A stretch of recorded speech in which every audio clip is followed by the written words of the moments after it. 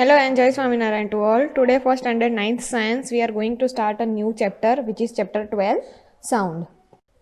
The topics that we are going to cover is first one is 12.1 production of sound and second one is 12.2 propagation of sound. This particular topic has four subtopics which are 12.2.1 sound needs a medium to travel, 12.2.2 sound waves are longitudinal waves, 12.2.3 characteristics of a sound wave and 12.2.4 speed of sound in different media.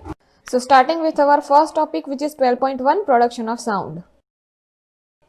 In order to understand this topic, we'll first do an activity 12.1 in which take a tuning fork and set it vibrating by striking its prong on a rubber pad.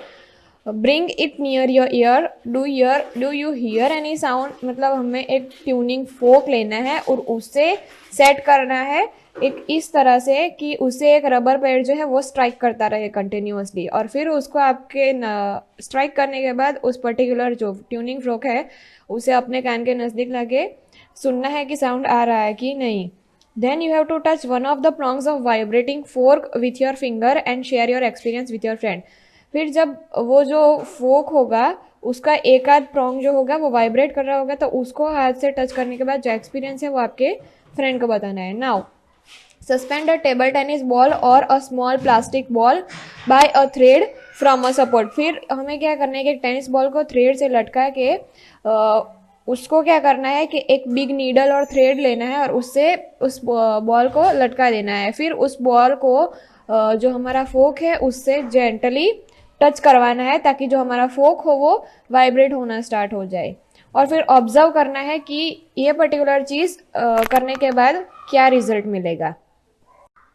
अभी जैसे हमने previous activity की थी उसी तरह एक और activity करना है. उसमें हमें क्या करना है कि एक बीकर या ग्लास होता है उसको हमें वाटर से फिल करना है उसकी लेवल तक जितना उस बीकर का या उस बकेट का जो ब्रिम होगा उस तक उसे पानी से फिल कर देना है. फिर क्या करना है कि उसके जो सरफेस है उसको हमारे एक ट्यूनिंग फोक के एक आध प्रॉन्ग को उस सरफेस पे टच करवाना है. फिर उसके बाद उसी जो हमारा ट्यूनिंग फोक का जो प्रॉन्ग है उसे पानी के अंदर डिप करना है और ऑब्जर्व करना है दोनों केसेस में कि होता क्या है एंड फिर उसको आपके फ्रेंड्स के साथ डिस्कस करना है. देखो जब ऐसा करोगे तो क्या होगा, तो पहले तो जब आप प्रॉन्ग को टच कराओगे सरफेस से तो वो वाइब्रेट होना स्टार्ट हो जाएगा और जब वो वाइब्रेट हो रहा होगा तब आप उसको पानी के अंदर डिप करोगे तो पानी भी होगा वो आपको देखने को मिलेगा कि पानी भी थोड़ा सा वाइब्रेट हो रहा है. जो दोनों एक्टिविटीज़ की उससे हम क्या कंक्लूड करते हैं, क्या हम साउंड को प्रोड्यूस कर सकते हैं या नहीं without vibrating the prong. So in above activity we have produced sound by striking the tuning fork.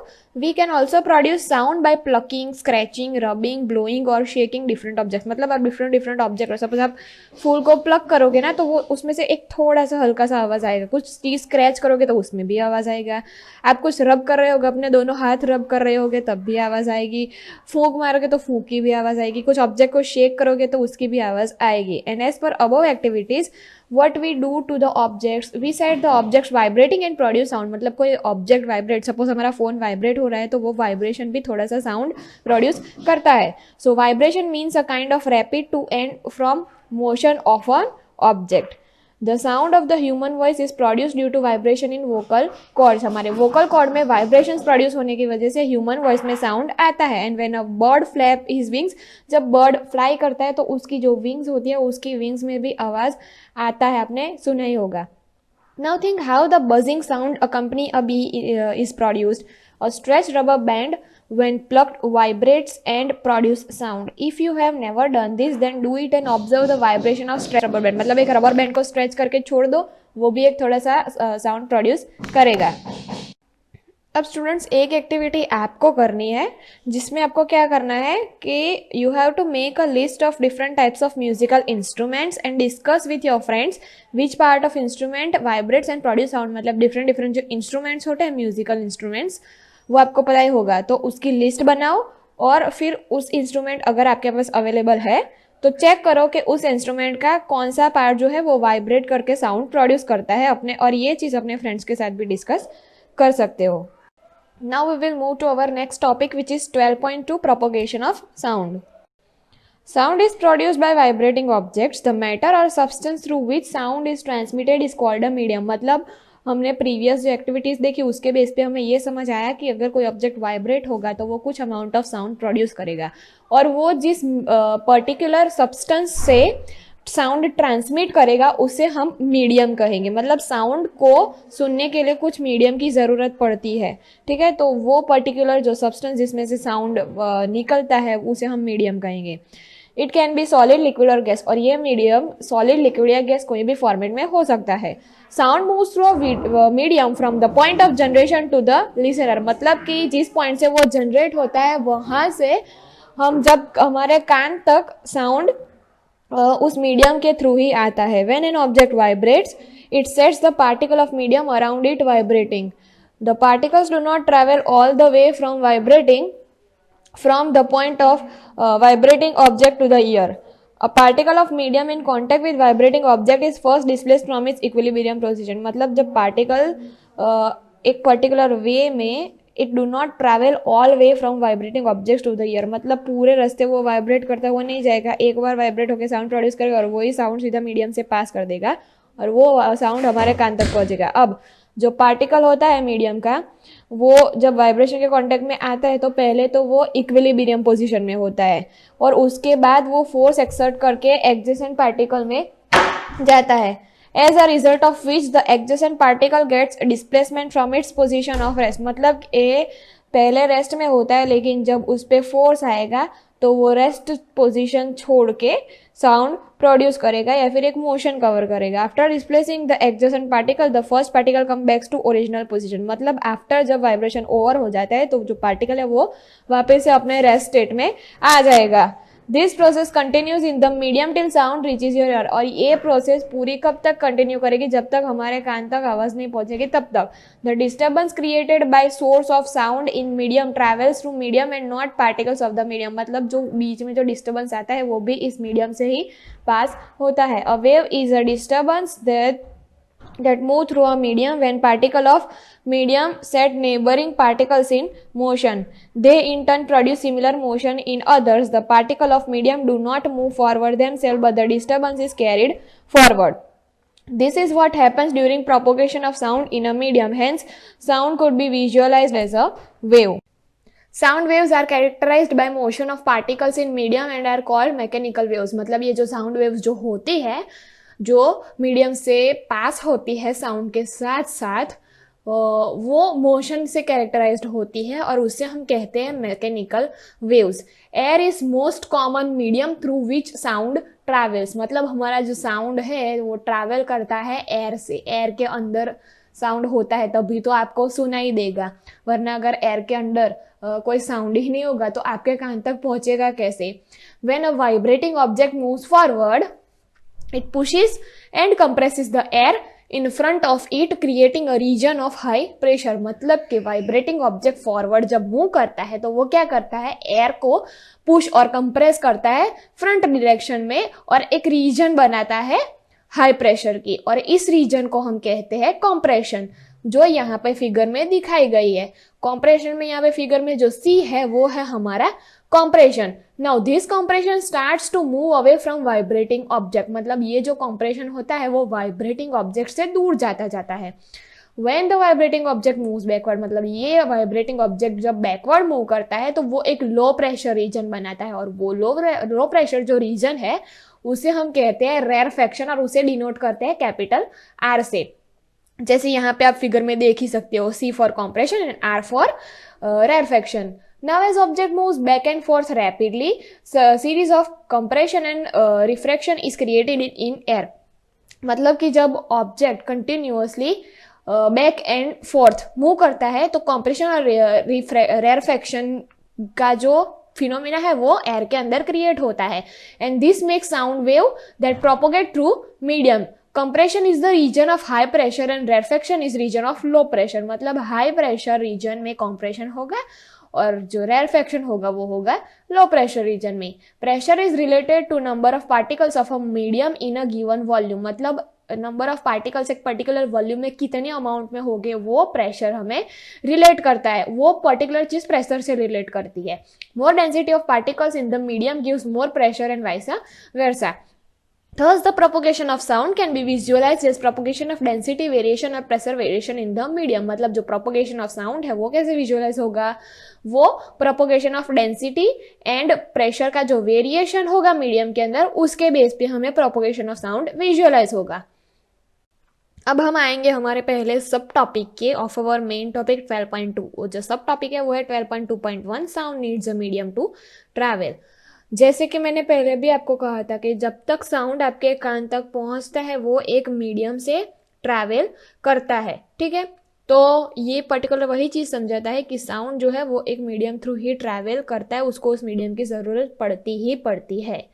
अभी साउंड जो होता है वो मैकेनिकल वेव में फॉर्म करता है और उसको किस किस तरह के मीडियम की ज़रूरत पड़ती है, लाइक एयर है, वाटर है, स्टील है, ये सभी तरीके के जो मीडियम है उसकी उसको ज़रूरत पड़ती है ट्रैवल करने के लिए. ठीक है, for propagation.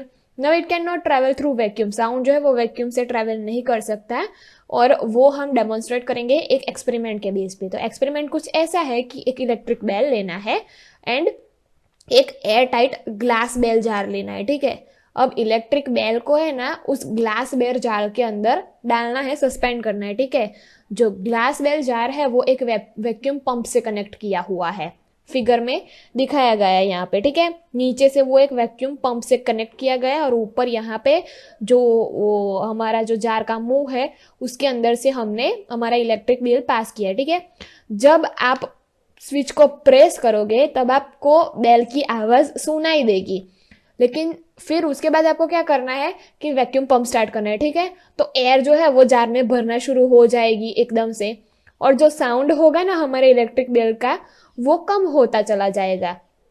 Amount of current तो सेम ही पास कर रहा है, लेकिन हवा के कारण हवा का जो प्रेशर लग रहा है बेल के ऊपर उसकी वजह से जो बेल का आवाज़ है वो कम होती चली जाएगी, डिम होती चली जाएगी. और कुछ समय बाद जार में इतनी अमाउंट ऑफ मतलब after some time when less air is left inside the bell jar you will hear a very feeble sound. ठीक है, what will happen if air is remove completely. मतलब जब आप एयर को कम करते जाओगे तो जो हमारा बेल है उसका फेबल साउंड हमें सुनाई देगा. अब जब इस जार में से हम पूरी की पूरी हवा निकाल देंगे तो क्या होगा, क्या हम जो साउंड है वो बेल का सुन पाएंगे या नहीं सुन पाएंगे. वही जो दूसरा सब टॉपिक है हमारा वो है 12.2.2 sound waves are longitudinal waves. तो इसको समझने के लिए एक एक्टिविटी करेंगे, एक्टिविटी 12.4 अकॉर्डिंग टू विच हमें एक स्लिंकी लेनी है. अभी आपको अपने फ्रेंड को पूछना है कि उस स्लिंकी को एक साइड से पकड़े and you have to hold other end of that slinky. ठीक है, अभी दोनों उस लिंकी को खींचो, स्ट्रेच करो, जैसे कि फिगर में दिखाया गया है फिगर 12.7a में कि आप दोनों साइड से खींचो. Then give it a strap push towards your friend. फिर अपने फ्रेंड की तरफ एक दोनों में से एक आप एक दूसरे, सपोज अगर आप खींच रहे हो तो आपके फ्रेंड को बोलो कि अब उसे आपकी तरफ स्लिंकी को पुश करे. अभी इसमें आप क्या नोटिस करोगे, if you move your hand pushing and pulling the slinky alternatively what will you observe. So if you mark a dot on slinky, you will observe that the dot on slinky will move back and forth. मतलब एक तरफ से आप खींच रहे हो और एक तरफ से पुश कर रहे हो, तो आप क्या नोटिस करोगे कि आप बैक एंड फोर्थ जो फोर्स लगा रहे हो उसकी वजह से उसमें डॉट्स पड़ेंगे और जो डॉट्स पड़ेंगे वो डॉट्स कौन से होंगे, कंप्रेशर और रेरफेक्शन के. ठीक है, अब ये थी हमारी एक्टिविटी. अब देखते हैं कि इस एक्टिविटी से हम ऑब्जर्व क्या करते हैं. जैसे कि मैंने आपको बताया कि the region where the coils become closer is called compression. मतलब कि जिस पर्टिकुलर रीजन में जो स्प्रिंग की जो कॉइल्स होगी एक दूसरे से के नज़दीक होगी वो होगी कंप्रेशन, और वही कॉइल्स जब एक दूसरे से थोड़ी दूर दूर होगी तो वो रीजन होगा रेरफेक्शन. ठीक है, as we already know sound propagates in medium as a series of compression and rarefaction. मतलब साउंड प्रोपोगेशन और कंप्रेशन और रेरफेक्शन की सीरीज में होता है. ठीक है, now we compare the propagation of disturbance in a slinky with the sound propagation medium. अभी हम इसको साउंड के डिस्टर्बेंस से कंपेयर करेंगे. These waves are called longitudinal waves. और ये जो वेव्स होगी कंपेरिजन वाली वो होगी हमारी longitudinal waves. In these waves the individual particles of medium move in a direction parallel to the direction of propagation of disturbance. मतलब जो हर एक पार्टिकल की जो वेव होगी मीडियम के अंदर, वो हमारी जो डिस्टर्बेंस की प्रोपोगेशन होगी उससे पैरेलल फॉर्म में मूव करेगी. ठीक है. The particles do not move from one place to another but they simply oscillate back and forth. मतलब ये particles move नहीं करेंगे, वो back and forth oscillate ही करेंगे about their position of rest. And this is exactly how sound wave propagates and hence sound waves are longitudinal waves. There is also another type of wave which is called transverse wave. In a transverse wave, particles do not oscillate along the direction of wave propagation but oscillate up and down. मतलब कि longitudinal waves में क्या होता है, हमारे जो particle होते हैं वो back and forth move करते हैं, और transverse wave में क्या होगा, हमारा जो particle होगा वो up and down oscillate करेगा about the mean position as the wave travels. ठीक है. तो अगर आपको कभी डिफरेंस लिखना हो लॉन्गिट्यूडनल और ट्रैवर्स वेव में, तो एक डिफरेंस ये लिख सकते हो कि लॉन्गिट्यूडनल वेव में जो पार्टिकल होता है वो बैक एंड फोर्थ ऑसिलेट करता है, और ट्रांसवर्स वेव में जो पार्टिकल होता है वो अप एंड डाउन ऑसिलेट करता है. And third, a traverse wave is the one in which the individual particle of medium move about their mean position in direction perpendicular to the direction of wave propagation. मतलब जैसे कि traverse wave up and down oscillate करती है और हमारा जो wave propagation होता है वो बेसिकली हॉरिजॉन्टल फॉर्म में होता है. अभी हॉरिजॉन्टल फॉर्म में होगा और जो transverse wave up and down move करेगी तो हॉरिजॉन्टल और अपसाइड अगर आप कंपेयर करो, हॉरिजॉन्टल लाइन और अपसाइड लाइन ड्रॉ करोगे तो हमें एक परपेंडिकुलर लाइन मिलेगी. ठीक है. मतलब कि ट्रांसवर्स वेव जो है वो वेव प्रोपोगेशन के परपेंडिकुलर डायरेक्शन में पोजीशन होती है. When we drop a pebble in a pond, the wave you see on water surface is example of transverse wave. मतलब जब आप पानी के अंदर कोई पत्थर डालोगे ना तो आपको वेव फॉर्म मिलेगा. वो वेव फॉर्म कैसा होगा, ऊपर नीचे होगा. तो वो एग्जाम्पल है ट्रांसवर्स वेव का. Light is a transverse wave, but for light the oscillation are not of medium particles or their pressure or density. It is not a mechanical wave. Light जो होती है वो straight travel करती है, तो उसमें mechanical waves नहीं आएगी. You will come to know more about transverse waves in your higher classes. अब हम आते हैं हमारे तीसरे सब टॉपिक पे जो है 12.2.3 characteristics of a sound wave. तो इसमें क्या है कि we can describe a sound wave by its frequency, amplitude and speed. मतलब आपको साउंड वेव को डिस्क्राइब करना है तो you can do this by using its frequency, amplitude and speed. अभी अ साउंड वेव है वो क्या है, ग्राफिक फॉर्म है जो फिगर 12.8 सी में 12.8 वो पूरी जो फिगर है उसमें जो लास्ट वाली फिगर है वेव फॉर्मेट की, वो उसका ग्राफिकल फॉर्मेट है वेव का, which represents how density and pressure change when the sound wave moves in the medium. The density as well as pressure of that particular medium at a given time varies with distance. मतलब distance के साथ उसका जो density होगा वो change होता चले जाएगा. Above and below the average value of density and pressure. यहाँ पे जो फिगर 12.8 ए और बी जो है, पहली और दूसरी वाली पूरी फिगर में जो पहली दूसरी वाली जो फिगर है वो क्या रिप्रेजेंट करती है, डेंसिटी एंड प्रेशर का variation as sound waves propagate in the medium. अब यहाँ पे जो कंप्रेशन है वो कौन से रीजन है, so those are the region where particles are crowded together and represented by upper position of the curve shown in figure 12.8c. मतलब जो 12.a में जो बीच में हॉरिजॉन्टल लाइन है उसके अपवर्ड डायरेक्शन में जो आपको वेव दिख रही है वो है हमारी कंप्रेशन. ठीक है. और उसका जो पीक है वो क्या रिप्रेजेंट करता है, उसका पीक मैक्सिमम कंप्रेशन रिप्रेजेंट करता है. And thus compression are the region where the density as well as pressure is high. अभी रेयरफेक्शन है वो लोअर प्रेशर रीजन है जहां पे जो पार्टिकल्स है वो स्प्रेड अपार्ट हो जाते हैं, एंड वो हम रिप्रेजेंट करेंगे बाय सिंबल ऑफ वैली. मतलब वैली कैसी होती है, वैली उंडी मतलब बहुत ही नीचे होती है, खाई. ठीक है. तो खाई तो बहुत ही नीचे होती है, तो जो हॉरिजॉन्टल लाइन के नीचे वाला जो पोर्शन है वो है रेयरफेक्शन पोर्शन. ठीक है. अब उसकी जो पीक है उसे हम कहते हैं crest. And a valley is called the trough of wave. मतलब हमारी जो अपर रीजन जो है हॉरिजॉन्टल से अपर रीजन, वो अपर रीजन की पीक को हम कहेंगे क्रेस्ट, और जो वैली वाली रीजन है उसे हम कहेंगे थ्रो ऑफ अ वेव. ठीक है। The distance between this consecutive compression और टू कॉन्जिक्यूटिव रेयरफेक्शन, मतलब दो कंप्रेशन और दो रेयरफेक्शन के बीच के डिस्टेंस को हम कहेंगे wavelength, and that is denoted by our Greek symbol lambda, और उसका ऐसा यूनिट होगा मीटर। अब फ्रीक्वेंसी हमें क्या बताती है, तो frequency tell us how frequently an event occur, मतलब एक इवेंट कितनी फ्रीक्वेंटली अकर करती है वो हमें फ्रीक्वेंसी बताएगी। सपोज आप एक ड्रम को बीट कर रहे हो, तो आप उस ड्रम को कितनी टाइम बीट कर रहे हो वो हमें एक पर्टिकुलर यूनिट टाइम में उस ड्रम को आपने कितनी बार बीट किया, उसे हम कहेंगे frequency of your beating the drum.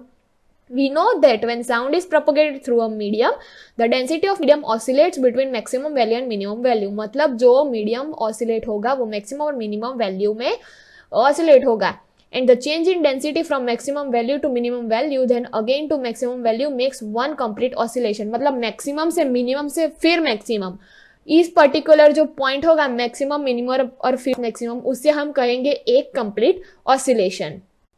The number of such oscillation per unit time is the frequency of sound wave, मतलब ये जो ऑसिलेशन मैंने आपको बताया कि मैक्सिमम से मिनिमम और उससे वापस मैक्सिमम, तो वो कंप्लीट वन ऑसिलेशन हुआ।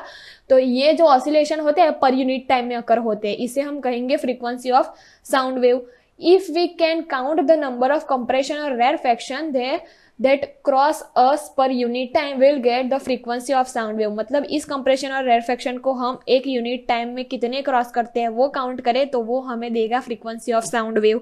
ठीक है, अब it is usually represented by Greek letter nu, यहाँ पे एक लेटर दिया गया है वी, वो मतलब न्यू का, सो उससे हम इस पर्टिकुलर फ्रीक्वेंसी को डिनोट कर सकते हैं, एंड उसका ऐसा यूनिट्स है हर्ट्ज, मतलब फ्रीक्वेंसी का जो ऐसा यूनिट है वो है हर्ट्ज, और उसका सिंबल है capital H and small Z. ठीक है, the time taken by two consecutive compression और rarefaction to cross a fix point is called time period of the wave, मतलब पर्टिकुलर कंप्रेशन और रेयरफेक्शन एक फिक्स पॉइंट को cross करने में जितना टाइम लेते हैं उस टाइम को हम कहेंगे time period of that particular wave. In other words we can say that the time taker for one complete oscillation is called time period of sound wave, and it is represented by symbol T.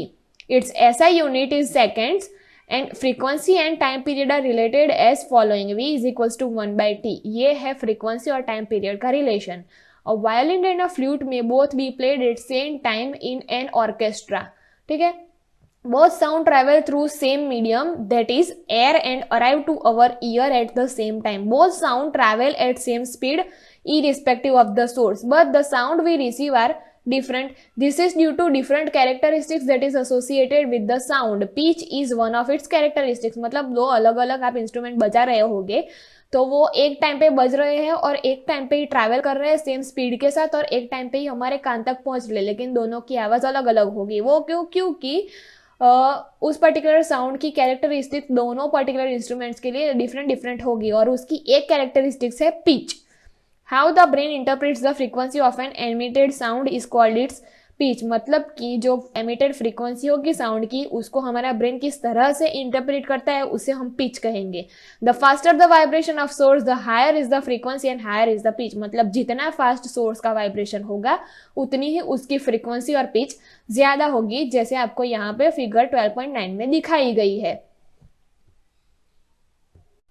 And thus a high pitch sound corresponds to more number of compression and rarefaction passes a fixed point per unit time, मतलब जितना high speed sound होगा उतना ही more number of compression और rarefaction हमें मिलेगा।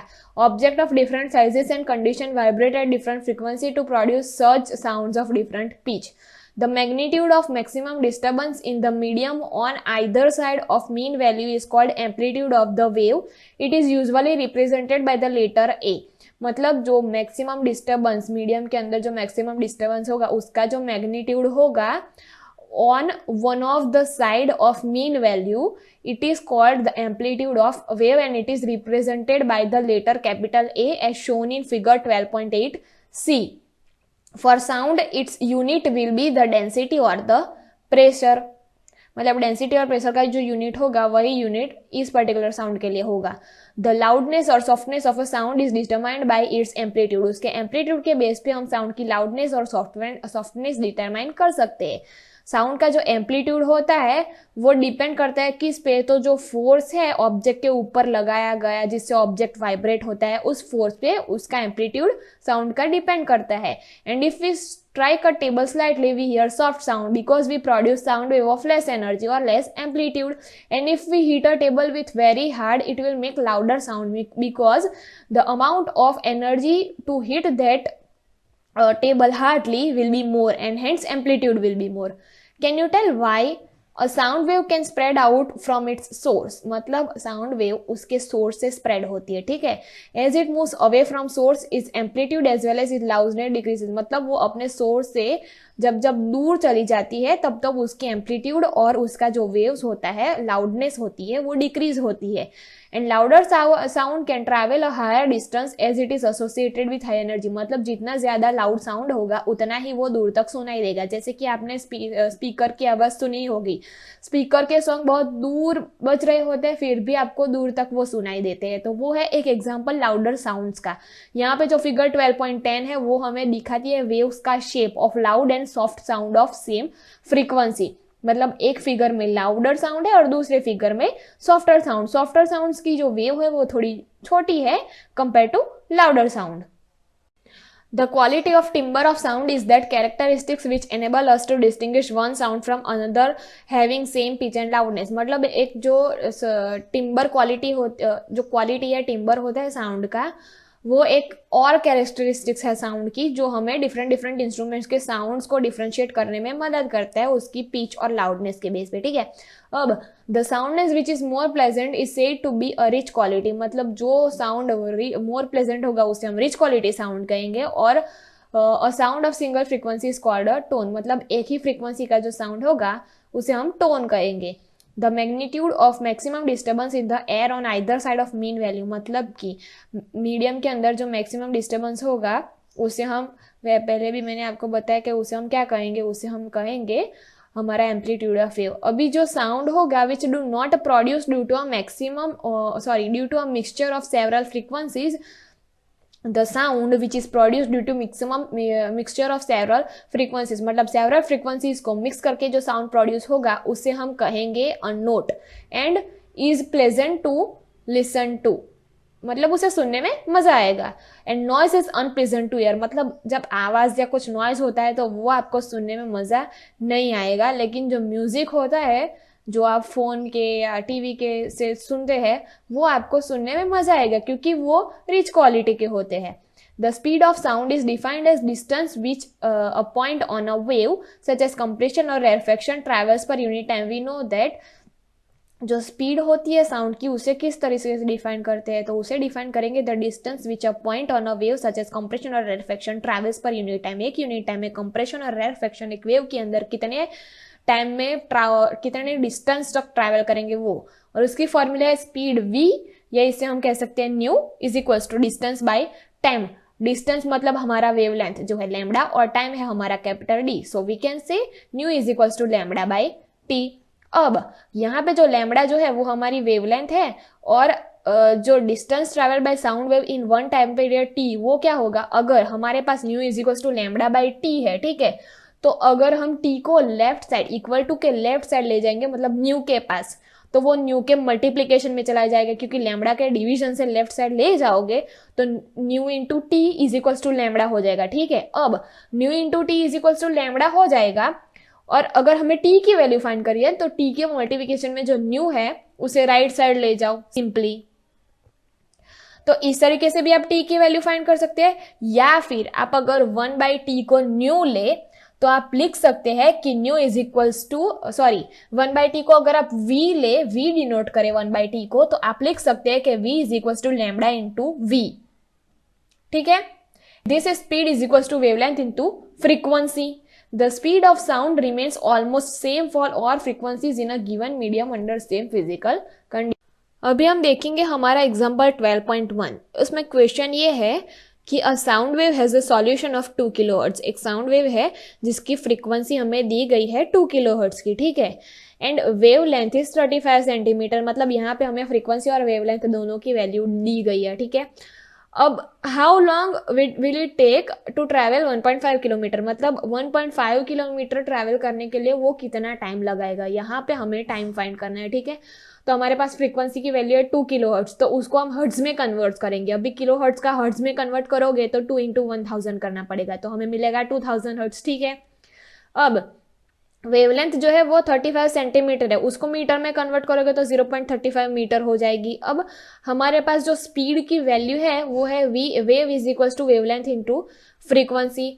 तो जो हम वी फाइंड करेंगे तो उसको हमें क्या करना पड़ेगा, 0.35 इंटू 2000 करना पड़ेगा, तो हमें जो स्पीड की वैल्यू मिलेगी वो मिलेगी 700 मीटर पर सेकंड। अब यहाँ पे हमें स्पीड की वैल्यू मिल गई, अब हमें टाइम फाइंड करना है, तो टाइम फाइंड करने के लिए t is equals to distance divided by हमारी स्पीड, ठीक है।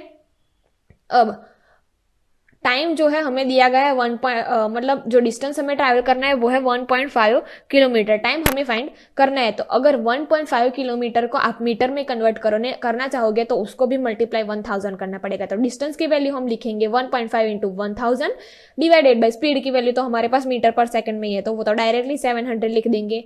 तो इसको जब सॉल्व करोगे तो आपको आंसर मिलेगा 15/7 seconds which is equals to 2.1 second, मतलब 1.5 किलोमीटर का डिस्टेंस ट्रैवल करने के लिए जो साउंड होगा उसे 2.1 सेकेंड्स का टाइम लगेगा। सो ये है हमारा सॉल्यूशन एग्जांपल 12.1 के लिए। The amount of sound energy that is passing each second through unit is called the intensity of sound। मतलब कि जो साउंड एनर्जी एक यूनिट एरिया में पास करेगी उसे हम कहेंगे इंटेंसिटी ऑफ साउंड।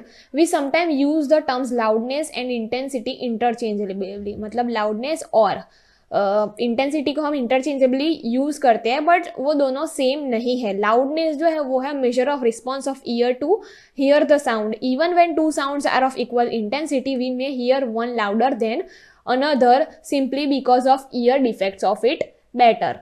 हम देखेंगे हमारा जो चौथा जो सब टॉपिक है वो देखेंगे जो है 12.2.4 speed of a sound in different media, मतलब डिफरेंट मीडिया में साउंड की स्पीड क्या होगी वो। सो साउंड जो है वो एक मीडियम से प्रोपोगेट करता है एक फाइनाइट अमाउंट ऑफ स्पीड से, ठीक है। तो जो साउंड ऑफ अ थंडर होता है वो थोड़ा बाद में सुनाई देता है, पहले लाइट फ्लैश होती है और बाद में हमें थंडर का आवाज सुनाई देती है, ठीक है। तो we can make out the sound travel with a speed which is much less than speed of light, मतलब जो साउंड है उसकी जो स्पीड है तो वो जो है हमारी लाइट की स्पीड जो है उससे थोड़ी लेट ट्रैवल करती है, ठीक है। तो उससे हम ये कह सकते हैं कि जो साउंड है वो लाइट से कम स्पीड में ट्रैवल करता है, ठीक है। तो speed of sound depend on the property of medium through which it travel, मतलब जिस मीडियम से साउंड प्रोपोगेट करता है उसकी साउंड की जो प्रॉपर्टी होगी वो उसके मीडियम के बेस पे डिफाइन होगी, ठीक है। You will learn about this in higher classes. The speed of sound in a medium depend on temperature of medium, उस मीडियम के टेम्परेचर पे भी साउंड की स्पीड डिपेंड कर सकती है, ठीक है। अब आगे क्या है कि the speed of sound decreases when we go from solid to gaseous state, मतलब आप सॉलिड से गैस स्टेट में जाओगे तो जो साउंड की स्पीड है वो घट जाएगी, ठीक है। In any medium, as we increase the temperature, the speed of sound also increases. For example, speed of sound in air is 331 meter per second at 0 degree Celsius and 334 meter per second at 22 degree Celsius. मतलब temperature के हिसाब से हमारी जो sound की speed है वो बढ़ जाती है। The sound at a particular temperature in various media are listed in a table 12.1। You will not memorize the, you need not to memorize the values. अभी मैं आपको एक टेबल दिखाने वाले हूँ जिसमें साउंड की डिफरेंट टेम्परेचर पे स्पीड वैल्यूज लिखी है, उसको आपको याद करने की जरूरत नहीं है, okay. So don't worry. So ये है टेबल 12.1 जिसमें सॉलिड, लिक्विड और गैसियस तीनों स्टेट के सब्सटेंसेस की वैल्यू दी गई है, स्पीड की वैल्यू 25 डिग्री सेल्सियस के टेम्परेचर पे, ओके। सो इस वीडियो को हम यहाँ पे एंड करते हैं, जो बाकी के रिमेनिंग टॉपिक्स है वो हम दूसरे वीडियो में कवर कर लेंगे। That is it. Thank you.